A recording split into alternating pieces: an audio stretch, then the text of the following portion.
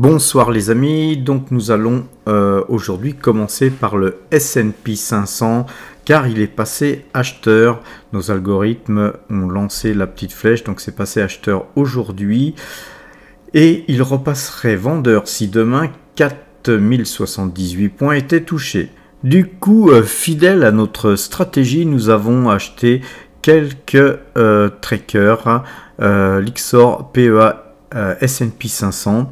Nous en avons pris 240 qui ont été exécutés à 14,98,6 €. En termes de points sur le compteur à pépette pour ceux qui font des futurs. Nous avons donc tourné, coupé et tourné notre position à 4132.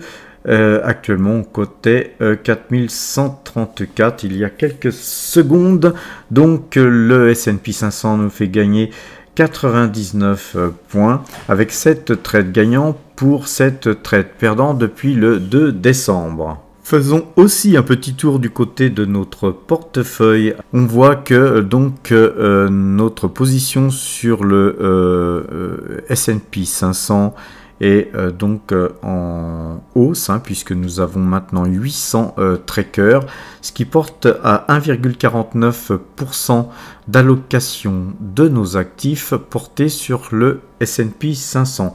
Bien sûr, nos espèces ont diminué d'autant avec les frais dus à cette opération, et notre compte augmente considérablement puisque aujourd'hui nous affichons plus 7,71% de gains depuis le début de l'année, avec quand même 57 640 € de gains.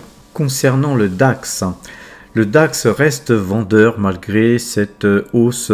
Aujourd'hui, on a une chandelle qui se retrouve à l'intérieur du corps de la chandelle de la veille, ce qui veut dire que nous n'avons pas encore une dynamique haussière suffisante pour engendrer un nouveau signal d'achat. Ce signal d'achat pourrait avoir lieu à 15 449 points si ces points étaient touchés demain. Alors, concernant le compteur à pépette sur le DAX, ce DAX nous fait perdre maintenant 5 points. 5 points sur la vente qui avait été faite le 10 février. Ce DAX nous fait néanmoins quand même gagner 2332 points depuis le 24/10/2022 avec 9 trades gagnants pour 10 trades perdants.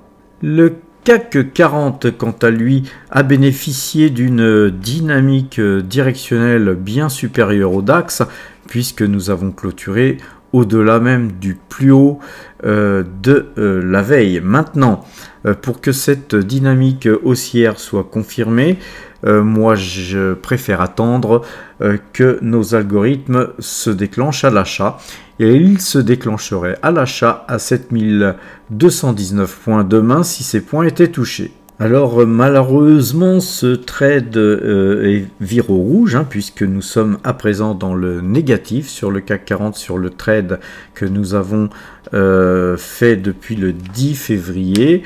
Il nous fait perdre 62 points pour l'instant, et le CAC 40 nous fait gagner 1766 points depuis le 1er juin 2022 avec 24 trades gagnants pour 25 trades perdants.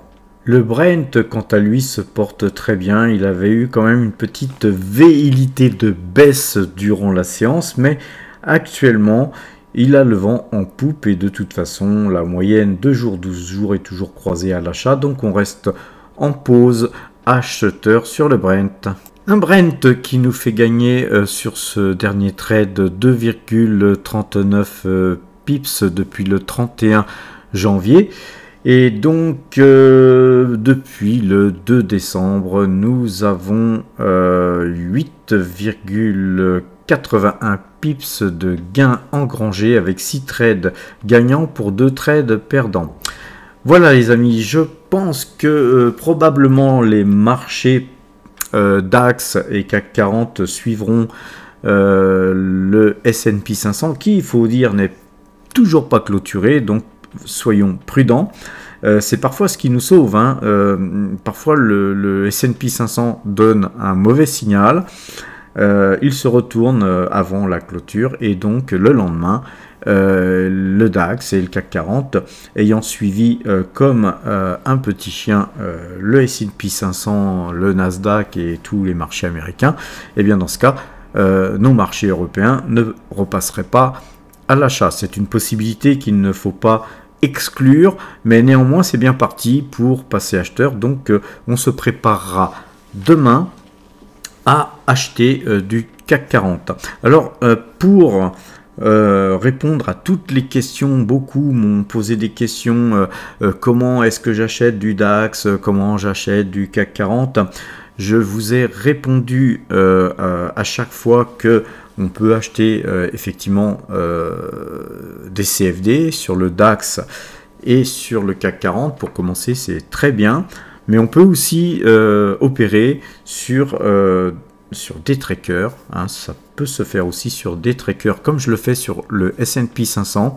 Donc je vais faire une petite stratégie tracker CAC 40, peut-être DAX, on verra aussi, de façon à ce que vous puissiez aussi suivre l'évolution de ces trackers. Sauf que vu que c'est pas du CFD ou du futur, je ferai comme le S&P 500 que des signaux d'achat, de façon à pouvoir porter ça sur un PEA tout simplement. Alors par contre, petit disclaimer aussi, petite information, moi j'encourage les débutants toujours à faire leur début sur des CFD, parce que sur les CFD, vous ouvrez un compte CFD avec 500 € ou 1000 €. Et si ça se passe mal, si vous tradez mal, si vous perdez de l'argent, vous allez perdre ces 1000 €, point barre. Par contre, si vous ouvrez un compte futur, vous allez mettre minimum 12 000, 15 000, 20 000, voire 50 000 €, ce que je vous conseille, voire peut-être 100 000 € pour pouvoir traiter sur les marchés futurs. Ça bouge beaucoup, hein, on peut gagner beaucoup d'argent, mais aussi quand ça se passe mal, il y a des appels de marge. Et quand ces appels de marge viennent négativement impacter votre compte, parfois vous êtes tenté de rajouter de l'argent, si ça se passe mal. Et donc votre couverture n'est des fois pas suffisante pour conserver vos positions. Et donc c'est de toute façon des marchés aussi bien CFD que futurs très compliqués, mais c'est par nature très dangereux de faire des futurs quand on est novice. Donc je vous encourage à vraiment opter pour des stratégies CFD ou tracker, et par contre après avec l'expérience, hein, si vous faites les points que je vous dis, et surtout que vous êtes capable d'effectuer ces achats et ces ventes tels que sur ces points ont été donnés, ou d'autres stratégies qui peuvent être les vôtres, après il vaut mieux travailler sur des futurs. Et je vais vous expliquer brièvement pourquoi. Un petit peu à l'instar des courtiers qui ont l'air très intéressants, puisque ils vous offrent des frais extrêmement faibles, ou des frais zéro, hein, sur les actions notamment. Ces courtiers doivent bien se rémunérer. Croyez que personne ne travaille gratuitement. Donc ces courtiers, quand ils se rémunèrent sur votre dos, bien sûr, ils se rémunèrent de par une fourchette.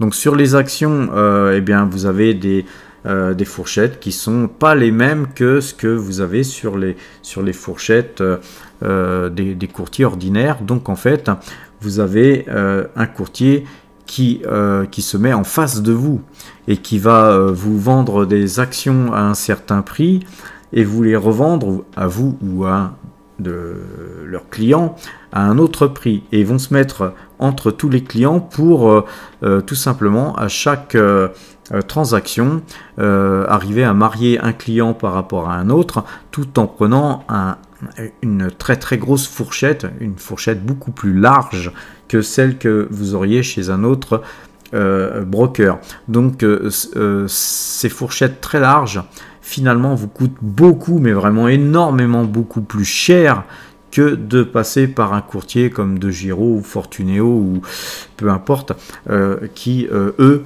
opèrent directement sur les marchés.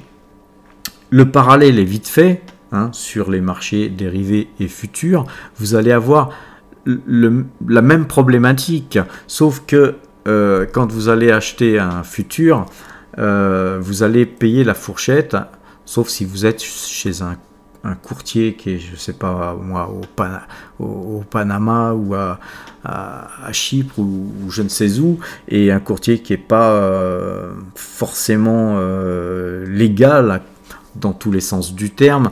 Là, c'est même pas la fourchette, hein, qui va disparaître, c'est tout simplement l'argent que vous allez mettre sur ces comptes seront forcément perdus parce que vous ne pourrez jamais retirer votre argent. Donc si vous prenez un courtier digne de ce nom, le problème ça va être justement les fourchettes, et tous les courtiers qui offrent des CFD, eh bien ils font des CFD, mais forcément ils sont obligés de casser les futurs pour faire des CFD ou des mini CFD avec leur fourchette à eux, ce qui veut dire que c'est eux qui font la cote. Ce faisant, avec une cote faite par leurs soins, forcément vous les avez devant vous, derrière vous, et forcément quand vous avez votre courtier qui joue contre vous, vous avez toutes les chances de perdre, sauf si vous travaillez avec un système tel que moi je vous le présente. Et donc on fait du swing trading, donc vous achetez à un certain prix, vous vendez à un autre prix, donc le prix est très loin, donc même si la fourchette est quelque peu tronquée, vous arrivez toujours à vous en sortir. Mais la problématique, la grosse problématique des CFD surtout, c'est les stops. Et d'ailleurs sur les marchés futurs, moi j'aime pas trop placer mes stops à l'avance, sauf si je dois m'absenter. Mais pourquoi? Parce que quand vous placez vos stops, eh bien, ils sont visibles par le courtier, ils sont visibles par tout le monde. Donc les gens savent à quel prix vous souhaitez sortir. Et donc il y a des gens qui vont secouer le prunier pour atteindre ces stops. On a vu parfois des stops qui ont été touchés sur des CFD alors que sur les marchés futurs ils ne l'étaient pas. Ce qui veut dire que c'est tout simplement votre courtier qui est venu ramasser votre stop, vous faire sortir du marché de façon à vous faire re-rentrer une deuxième fois et puis générer des frais, et puis aussi surtout c'est peut-être d'occasionner une perte, et que n'oubliez pas, chaque fois que vous perdez, il y a bien quelqu'un qui gagne en face. Et en l'occurrence, dans ces cas-là, c'est votre courtier. Donc choisissez bien votre courtier, 2, évitez les marchés futurs si vous êtes novice, et puis 3, pourquoi pas commencer sur des trackers, c'est des outils, des supports que vous connaissez tous et toutes, et donc plutôt travailler peut-être sur ça. Donc je vais me faire des petites lignes là-dessus de façon à pouvoir être en symbiose avec vous les amis. Voilà les amis, je vous souhaite une bonne fin de soirée et à demain si vous le voulez bien.